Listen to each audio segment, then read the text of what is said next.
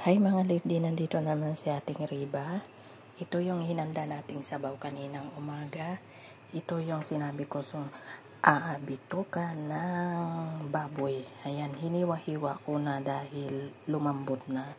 Ito naman yung sabaw natin na pinakuluan kaninang umaga. Ang sahog niya ay soya bean at saka buto-buto ng manok. Ayan guys, ilalagay na natin lahat ito. Ayan, mushroom. Habang kumukulo. Tapos yung bitoka ng baboy. Pig stomach. Tapos yung itlog. Ayan. Tapos itong karne na to, maninipis. Kaya isa-isahin natin na ilagay para hindi magdidikit guys.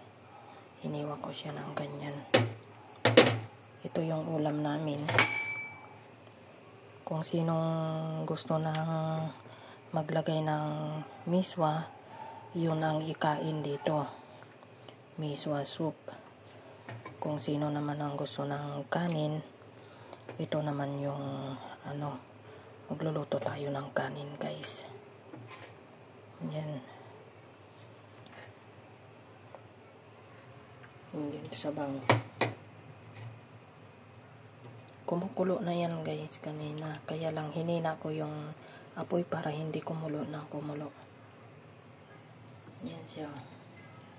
Ipapakita ko sa inyo yung sa loob niya.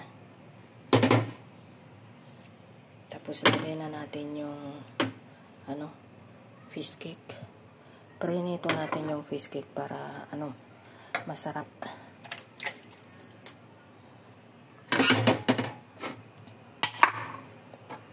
Tapos yung gulay mamaya guys. Mamayang kakain na kami, saka ko na lang ilagay. Kasi pag nilagay mo ngayon, matagal pa yung kaming kakain. Malalamog yan.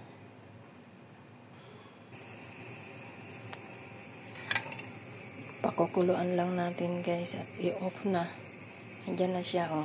Ang ganda. Mamaya ilagay na lang natin yung gulay. Yan lang po yung ulam namin ngayon. Pinaghalo-halo. Ay, sabaw. Thank you for watching. God bless. Masarap po to. Subukan nyo. Ayan yung yung bitoka ng baboy. Ako na rin naghuhugas yan. Hindi mo malalasahan na bitoka ng baboy. Thank you for watching. God bless.